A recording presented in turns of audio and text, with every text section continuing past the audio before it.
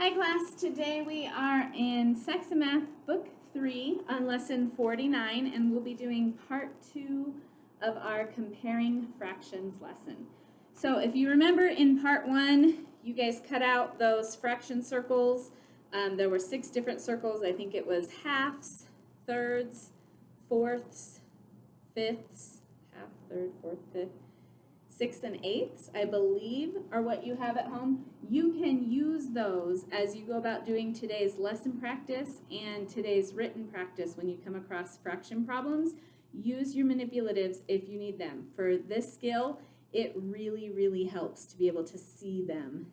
Okay, so I have some rectangular manipulatives. These are also fraction manipulatives. The blue bar up here, this is my whole. Here I have halves, thirds, fourths, sixths, eighths, twelfths, and 16ths. And I can use these also to compare, say, 1/3 to 2/6. You can see they're the same size, and so I know that 2/6 is equal to 1/3. That's kind of what we were doing earlier this week. Today, it'll be a little bit different. Today, our first problem says, in 1 minute, Aaron finished 1/2 of the fact practice worksheet. David finished 2/5 of the worksheet.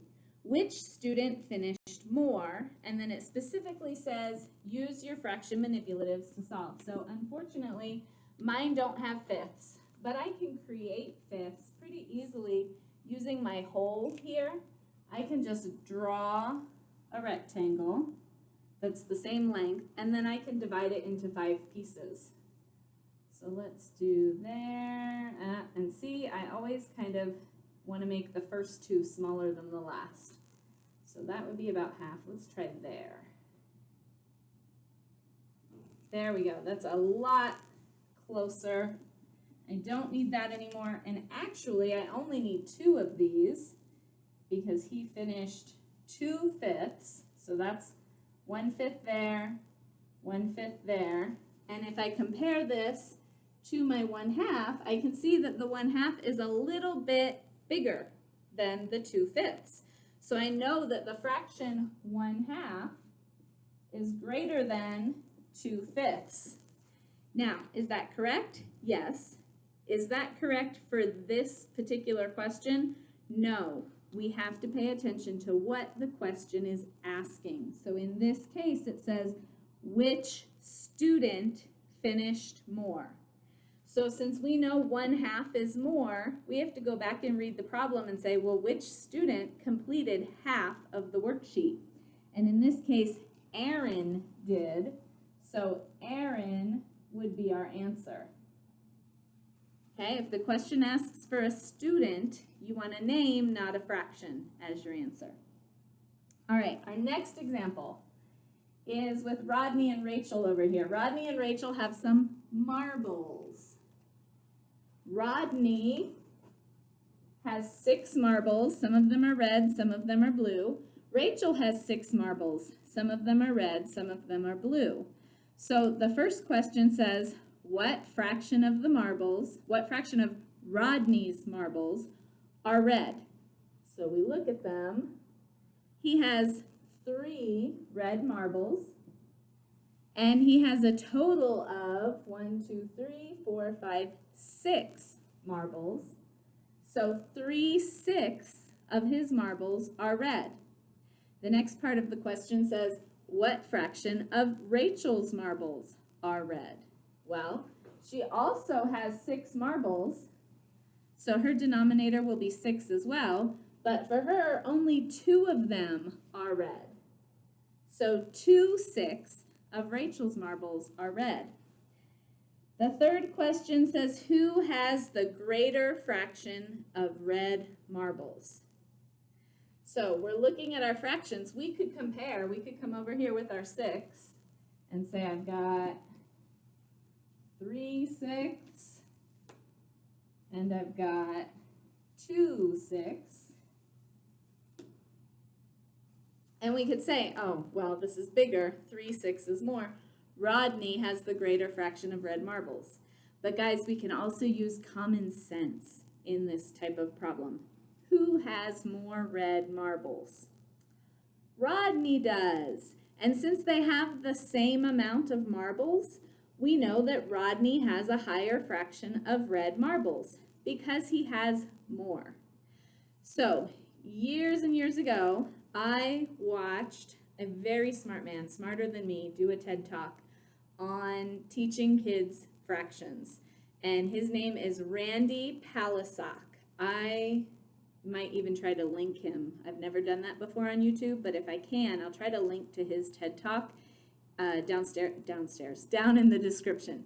Okay, but it was fantastic because he showed how fractions make sense, and it's us, people and teachers, that make them more confusing. So I want to talk about it this way. Let's talk about apples. If I have 3 apples and you have 4 apples, who has more apples? You do, you have 4. Okay? If I have 3/5 and you have 4/5, who has more fifths? You do. We're talking about the same thing. Apples and apples, pencils and pencils, fifths and fifths. Okay? It's only when we change the denominator that it becomes a little more confusing, because if I say I have 3 apples and you have 4 bananas, who has more apples? Well, I do, but really you have more fruit. So we can't look at it that way. We have to be comparing the same thing to just look at the number, like in this example here. 3 marbles is more than 2 marbles. 3/6 is more than 2/6. All right? Now, are all your questions going to give you the same denominator? Nope. Our last example was talking about 1/2 compared to 2/5. So we have to look at those in more of the model form because it's hard to compare 1/2 to 2/5. 1/2 is less pieces, but bigger pieces. 2/5 is more pieces, but they're smaller. So we have to do that kind of visually. It helps. All right, that is the end of our examples. These next problems are lesson practice problems. So I will read them. They're all word problems. I will read them through twice. If you need to pause the video to have time to work on it before we do the answer, go ahead and pause in between each problem. Okay, so first one. Angela walks 3/4 of a mile to school. Byron walks 3/5 of a mile to school.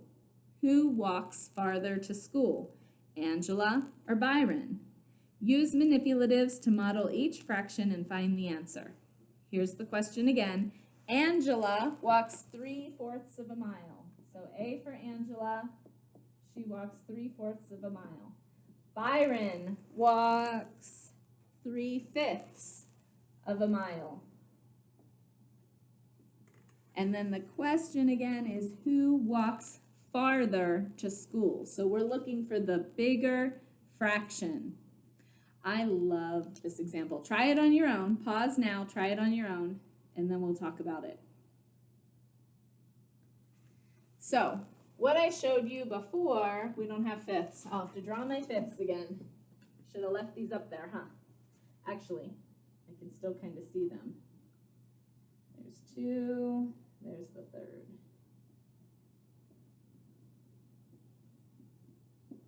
Okay, so there's 3/5 versus 3/4. Let me get the 6 out of the way over here.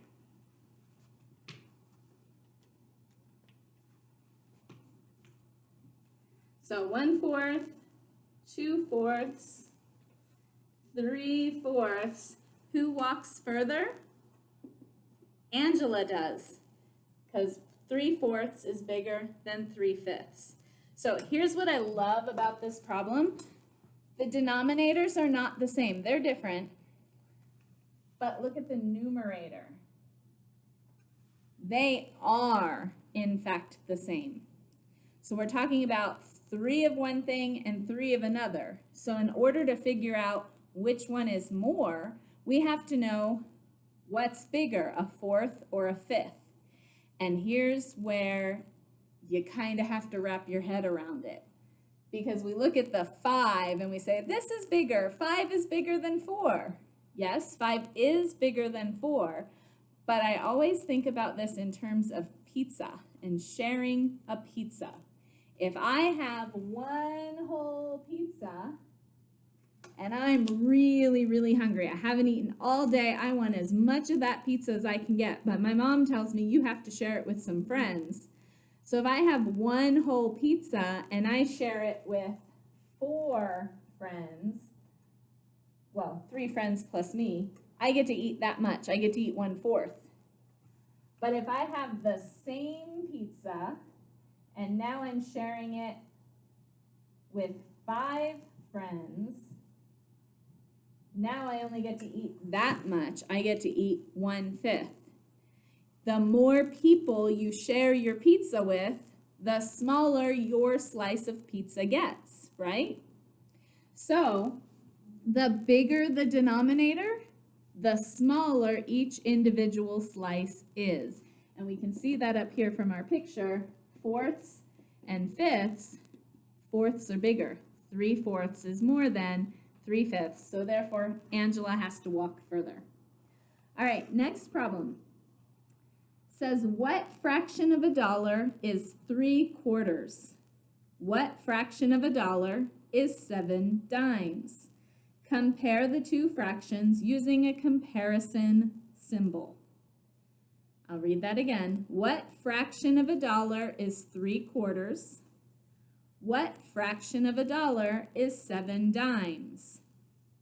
Compare the two fractions using a comparison symbol.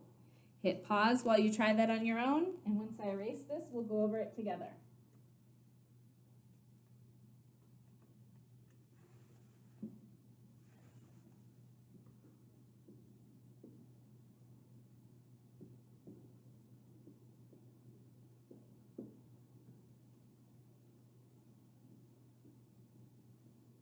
Oh, too many. 7.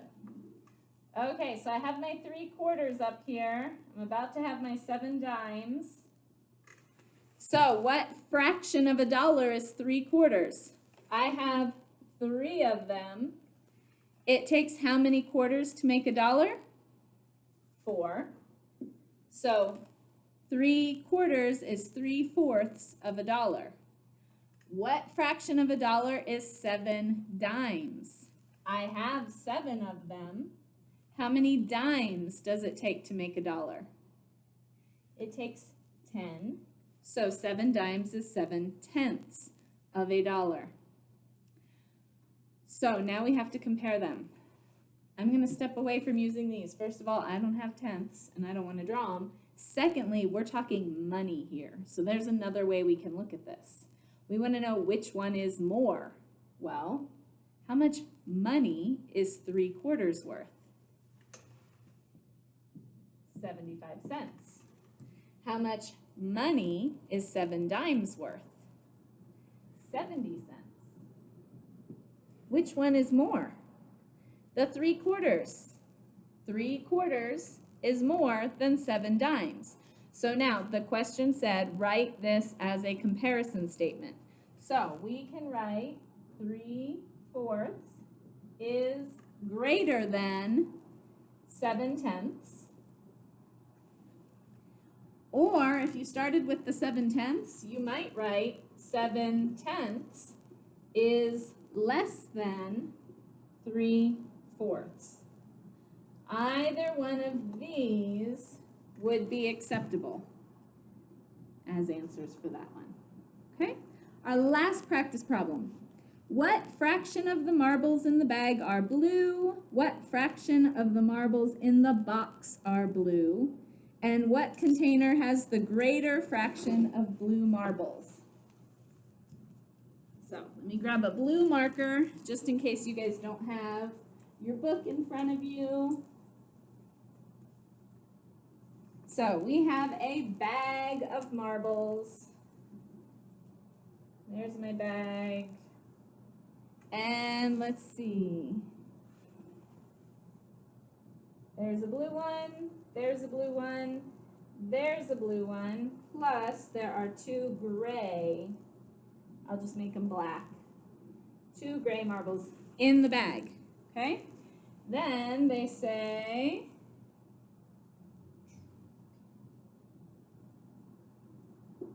what fraction of blue marbles are in the box? And in the box, I see blue, and then I see 3 gray. 1, 2, 3. Okay, so what fraction are in the bag? What fraction? Blue marbles is what we're talking about. What fraction of blue marbles is in the box? And then again, it says compare these 2 fractions. Or actually, no, this question says which container has the greater fraction of blue marbles? Excuse me. So, pause it till you've done it on your own, and then we'll go over it together. How many blue marbles are here? 3. How many marbles are there total in the bag? 5. How many marbles are blue here? 2 of them. How many marbles are there total? Again, 5. So this is very similar to the Rachel and Rodney problem that we did earlier. Both of these have 5 marbles. So which one has more blue marbles? This guy. 3/5 is greater than 2/5. All right, ladies and gentlemen, that's the end of your lesson for today. Now it is time to start written practice, which begins on page 267 of your book. I hope you have a great day, and I'll see you soon.